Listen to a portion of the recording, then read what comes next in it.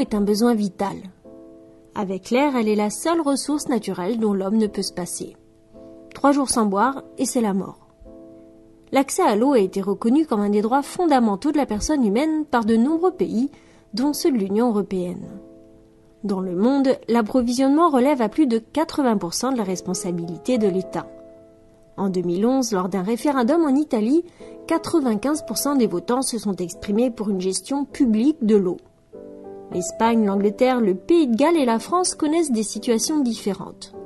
Dans l'Hexagone, 3 multinationales, Veolia, la Lyonnaise des Eaux et la SOR, se partagent plus de 70% du marché de la distribution.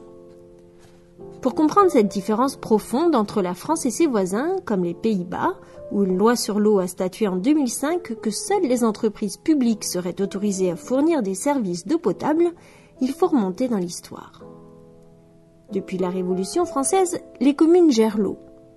Une responsabilité qui a été renforcée au cours des 19e et 20e siècles jusqu'aux lois de décentralisation de 1982 qui en ont confirmé le principe.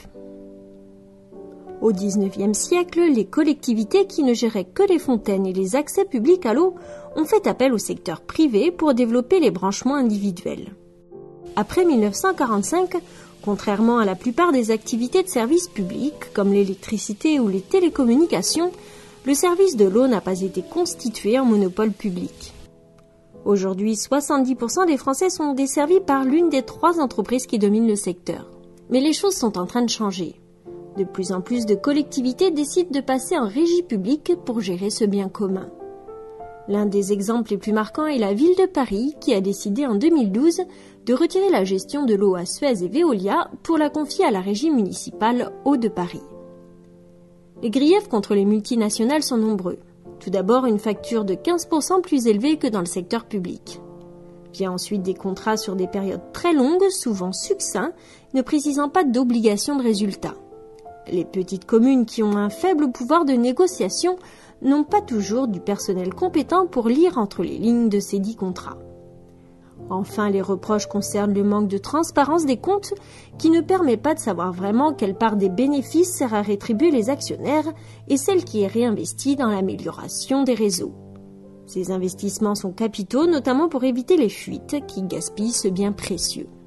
Pour faire un contrepoids aux multinationales de l'eau regroupées au sein de la Fédération professionnelle des entreprises de l'eau, la FP2E, France Eau Publique a vu le jour le 6 juillet 2012 à Mont-de-Marsan.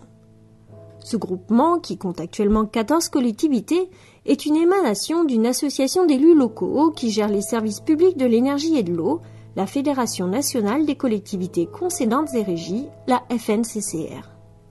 France Eau Publique a pour objectif de montrer que la gestion publique est efficace et partager entre ses membres les bonnes pratiques pour devenir encore plus performants. Elle vise aussi à aider les collectivités qui le souhaitent à passer en gestion publique. Dans les Landes, en 2012, plus de 70% des communes ont fait le choix d'une gestion publique de l'eau via le SIDEC ou des régies communales ou intercommunales. Ces initiatives ont été soutenues par le Conseil général des Landes. Suite à une étude menée en 1995 qui montrait que le prix de l'eau pouvait être jusqu'à 70% plus élevé dans le privé, le département des Landes a décidé de moduler ses aides aux collectivités en fonction de leur mode de gestion de l'eau, publique ou privée. Dès 1997, la Fédération professionnelle des entreprises de l'eau, la FP2E, saisissait le tribunal administratif de Pau et obtenait l'annulation des délibérations du Conseil général. Le 8 juillet 2011, le Conseil constitutionnel déclarait contraire à la Constitution un article de loi qui interdisait les aides publiques en fonction du mode de gestion choisi par les communes ou les syndicats, consacrant ainsi la politique du département des Landes. Enfin, après 16 ans de bataille juridique, en mai 2012, le tribunal administratif de Pau confortait définitivement la politique du département en faveur de la gestion publique de l'eau. Chaque fois qu'il y a un jugement qui est rendu, soit le Conseil général fait appel, ça a été le cas pour le Conseil constitutionnel qui nous a donné raison, soit la FP2E fait des recours. Donc nous avons le sentiment que le dossier n'est pas clos, mais en même temps il y a une prise de conscience de la population, et c'est ça qui est important, une prise de conscience de la population et des usagers qui ont bien compris que lorsqu'il s'agissait d'une gestion publique, la qualité de l'eau était non seulement sauvegardée mais améliorée, parce qu'il y a davantage d'investissements, et que le prix de l'eau est en forte baisse. Et donc il y a ce débat public-privé, dans ce domaine comme dans d'autres, parce qu'on pourrait étendre le même raisonnement pour la gestion des ordures ménagères, la gestion de l'énergie, la gestion des transports.